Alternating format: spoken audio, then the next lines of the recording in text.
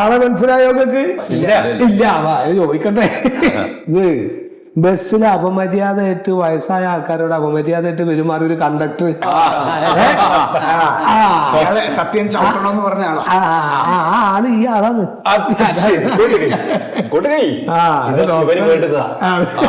ഇപ്പൊ ഇതൊക്കെയാണ് ഇവിടുത്തെ ആൾക്കാരും ഇതൊക്കെയാണ് ഇവിടുത്തെ അന്തരീക്ഷവും.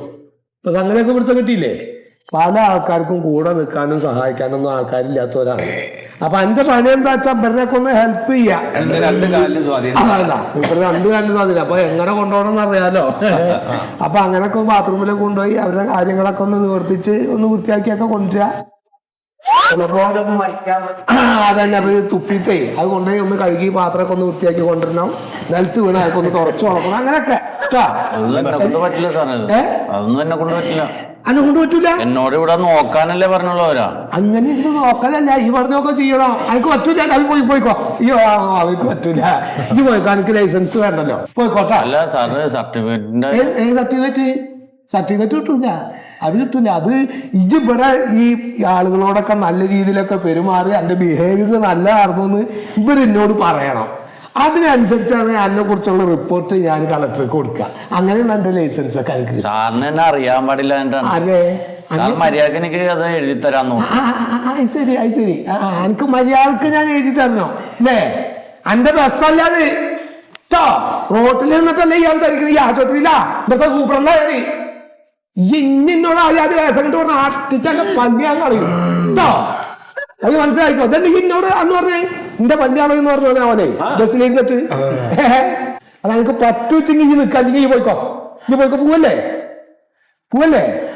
നിക്ക. അതെ അപ്പൊ ഇതൊക്കെ ചെയ്യണോ? പറ്റുമോ?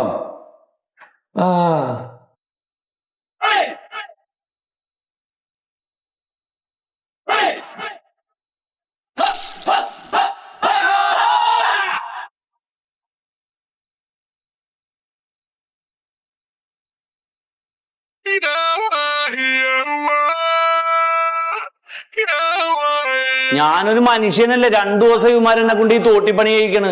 മൂത്തൊഴിക്കലും ഛർദിക്കലും ഒക്കെ എന്നെ കൊണ്ട് കോരിക്കാണ് അവന്മാര്. എടാ ചങ്ങായി, ആദ്യം ബസ്സിലൊക്കെ കയറുന്ന വയസ്സന്മാരോടും ആൾക്കാരോടൊക്കെ ഒരു മര്യാദയിൽ പെരുമാറാൻ പഠിക്കും. ഇപ്പൊ അതമാരിക്ക് പറയാനുള്ള വേറൊരു കാര്യം, സ്കൂൾ കുട്ടികളോട് നിങ്ങൾ കാണിക്കുന്നത് എന്താണ്? സ്കൂൾ കുട്ടികളോടൊക്കെ അവരൊക്കെ നാളത്തെ ഭാവി വാഗ്ദാനങ്ങളാണ്. അവരൊക്കെ ആരാവാന്ന് പറയാൻ പറ്റൂല. ആ ആൾക്കാരോടാണ് എൻ്റെ ഒക്കെ പെരുമാറ്റം. ഇജാതി തരൂല. ഇനി ഇവിടെ 10 ദിവസം ഇവിടെ ഈ ശരിക്ക് പണി കൊണ്ടുവരും.